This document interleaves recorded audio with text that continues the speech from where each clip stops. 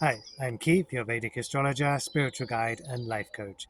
I'm here with the energy reading for the Virgo full moon in the Nakshatra of Chitra on the 13th of April 2025. We still have our stellium of planets in Pisces, including the Sun at the last degree of the zodiac in the Nakshatra Ravati at 29 degrees Pisces. And in this same sign, we have Venus turning stationary direct at the same time as the full moon, giving a lot of energy. It's at 0 degrees Pisces, it's exalted in Pisces, it's got a lot of contribution to this full moon's energy. It's joined by Saturn at 1 degrees of Pisces and Rahu in 3 degrees of Pisces, and they are all in Purva Bhadrapada, the early blessed steps, and also at 3 degrees, but in the next nakshatra, is Mercury in Purva Bhadrapada, Uttara Bhadrapada, the latter blessed steps. And Mercury is debilitated in Pisces, but that is somewhat subdued because of Venus's exaltation. And there is an exact trine between debilitated Mercury and debilitated Mars in Cancer, which is also at 3 degrees in the nakshatra of Pushya, which is the nourishing nakshatra. Now, Mars debilitated in Cancer. You've got to remember that Cancer is ruled by the moon. So twice a month, the moon will actually be in Scorpio or Mars, Scorpio or Aries, ruled by Mars. And then you get a Parvatan yoga. So their energies are exchanged and Mars does not act debilitated at that time. So with Mars ruling Aries, it's the warrior energy and initiating, it's the soldier, it wants to fight. And Cancer is the fourth sign from that, it's the home sign. So it's the warrior at home, it's the debilitated sign, it is the defeated warrior. He needs to recover. And Scorpio, being the other sign of Mars, is more of the mature and Tai Chi type flowing energy of the water. And this is what Mars needs to do in Cancer. It's recuperate, and during that recuperation, we'll get strong again, like when as the Parvatan yogas. So Pushya is the nourishing nakshatra. It's actually very good for Mars to be there, and it symbolizes the recuperation that we all are going through. With the full moon at 29 degrees of Virgo, it's the sixth full moon in a row to be at the last degree of its sign. So we've actually gone with the sun and moon together all around the zodiac. The sun would have started at 29 degrees Libra with the moon at 29 Aries. And over the last 6 months, we've come down to the moon at 29 Virgo and the sun at 29 Pisces. This is the completion. This is the separating of the old way of life, especially symbolized by the Bhadrapadas, where the stellium of planets are in Pisces. We are going into the transformation, the spiritual awakening after death, but the death is the old way of life.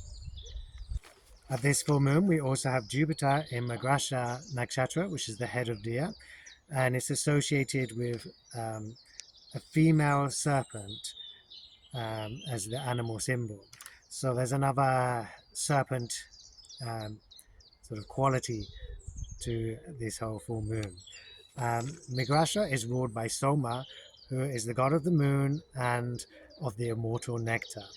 And Soma imports a great sensitivity and gives enlightenment. His energy shows the pursuit of the highest perfection and a restless, searching quality. Mrigasha is actually about searching, like the deer searching. Gods drink the Soma, they become intoxicated with the desire for truth in their hearts. This nakshatra where Jupiter sits symbolizes a new relationship following turmoil, and it's establishing a different momentum in life.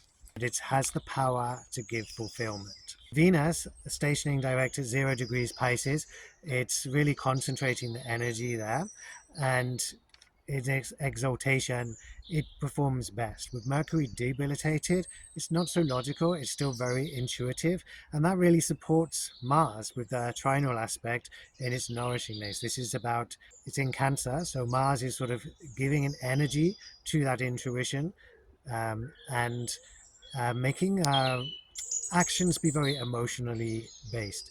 With Mars's debilitation, it's also taking away some of that logic and giving to the intuition. And then Venus exaltation really and the stationing really gives the energy to be beneficial, but also it's hitting the sweet spot. Like when you're exercising, you don't want to push too far. You want to just reach the right spot. And with Saturn being limitations and Rahu exemplifying it, they're all combining their energies. They're only like 1 degree and 2 degrees apart, and Rahu will be uh, expanding the energies of Mercury as well. So there is a great intensity to this full moon, but it is also bringing light to things that we wanted to know.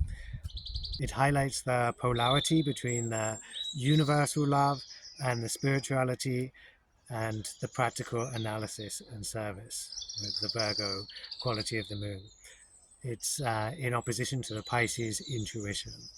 So Chitra is the bright one, and it's ruled by Vishwakarma, who is the celestial architect of the universe. He's the supreme creator or producer, and is also known as Prajapati, the lord of all creatures. He's considered the artificer of the gods and the maker of their weapons, revealing the science and architecture and mechanisms. So we can expect to be really bringing about some new technologies at this time, and they're probably going to be changing our life, because these full moons have been symbolizing an end to one way. So there's going to be some new technologies coming out that are really beneficial to mankind, but also going to really change the way we go through life from now on. Chitra can also reflect a fairy as well as a serpent, so it's another serpent energy along with the Bhadrapatas um, and Migresha. And then we do have Ketu in Virgo as well, in Uttara Falguni, which is the latter reddish one, ruled by the sun, and Ayama, who's the god of vows and weddings, and gives the ability to develop long-lasting relationships. It's about friendship and marriage and commitment. Pusha, where Mars is ruled by Brihaspati, who is the priest of the gods and the teachers of all creation. This is about divine wisdom. It's the lord of sacred speech, and it takes pleasure in the worship of all rituals. Is very beneficial to the soul and mind. It has the power and ability to create spiritual energy in association with with Pusha, which increases our good karma and good efforts. It's a very stabilizing energy to go with the Piscean energy, and it's a good time to get some spiritual clarity.